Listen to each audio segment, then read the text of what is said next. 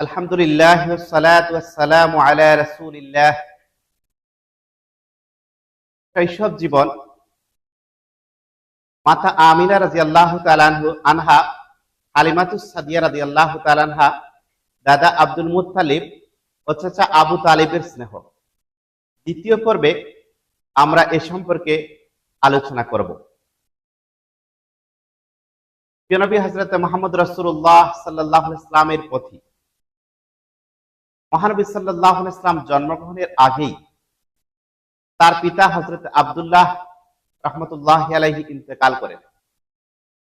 জন্মের পর তার মাতা হযরত আমিনা রাদিয়াল্লাহু তাআলা আনহা অত্যন্ত স্নেহ মমতায় তাকে লালন পালন করেন। কিন্তু মাত্র 6 বছর বয়সে মদিনা সফর থেকে ফেরার পথে আবুয়া নামক স্থানে তার মাতা ইন্তেকাল করেন। এতে অল্প বয়সেই তিনি পিতামাতা উভয়কে হারিয়ে এতিম হয়ে যান। এর আগে আরবের প্রচলিত রীতি অনুযায়ী তাকে লালন পালনের জন্য মরুভূমির বিশুদ্ধ পরিবেশে নিয়ে যান হযরত হালিমাতুস সাদিয়া রাদিয়াল্লাহু তাআলা আনহা। তার ঘরে মহানবী সাল্লাল্লাহু আলাইহি ওয়াসাল্লামের প্রিয় নবী হযরত মুহাম্মদ রাসূলুল্লাহ সাল্লাল্লাহু আলাইহি ওয়াসাল্লামের আগমনের পর আল্লাহ তাআলা অনেক বরকত দান করেন। শুকিয়ে যাওয়া উট দুধ দিতে শুরু করে, জীবিকা বৃদ্ধি পায় এবং পরিবারের সচ্ছলতা ফিরে আসে। এটি ছিল আল্লাহর বিশেষ অনুগ্রহ। এরপর তার দাদা আব্দুল মুত্তালিব তাকে অত্যন্ত ভালোবাসতেন। কাবা শরীফের পাশে নিজের আসনে তিনি ছোট্ট মুহাম্মদ রাসূলুল্লাহ সাল্লাল্লাহু আলাইহি ওয়াসাল্লামকে বসাতেন। কিন্তু যখন তার বয়স প্রায় 8 বছর, তখন দাদাও ইন্তেকাল করেন, দাদা আব্দুল মুত্তালিব ইন্তেকাল করেন। এরপর তার লালন পালনের দায়িত্ব নেন চাচা আবু তালিব। তিনি আর্থিকভাবে সচ্ছল না হলেও ভাতিজাকে নিজের সন্তানের মতো ভালোবাসতেন। নবুয়তের আগে ও পরে তিনি দীর্ঘদিন প্রিয় নবী হযরতে মুহাম্মদ রাসূলুল্লাহ সাল্লাল্লাহু আলাইহি সাল্লামকে রক্ষা করেছেন এবং বহু কষ্ট সহ্য করেছেন। আল্লাহ রাব্বুল আলামিন পবিত্র কোরআনের এক আয়াতের মধ্যে বলেন, আলাম ইয়াজিদকা ইয়াতীমান ফাআওয়া। আলোচ্য আয়াতের অর্থ হচ্ছে, তিনি কি আপনাকে ইয়াতীম অবস্থায় পাননি, অতঃপর আশ্রয় দিয়েছেন। এই আয়াত আমাদের স্মরণ করিয়ে দেয়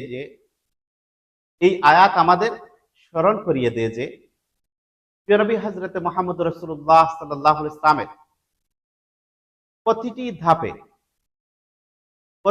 ধাপে আল্লাহ তাআলার বিশেষ হেফাজত ছিল। প্রিয় নবী সাল্লাল্লাহু আলাইহি ওয়াসাল্লামের পরে ইয়াতীমদের প্রতি বিশেষ দয়া প্রদর্শনের শিক্ষা দিয়েছেন। তিনি বলেন, আমি এবং ইয়াতীমের লালন পালনকারী জান্নাতে এইভাবে পাশাপাশি থাকবে। তিনি এই কথা বলে নিজের তর্জনী ও মধ্যমা আঙ্গুল পাশাপাশি দেখান। এইভাবে তর্জনী এবং মধ্যমা আঙ্গুল পাশাপাশি দেখান। এই হচ্ছে তর্জনী, এই হচ্ছে মধ্যমা, দুটাকে পাশাপাশি দেখান।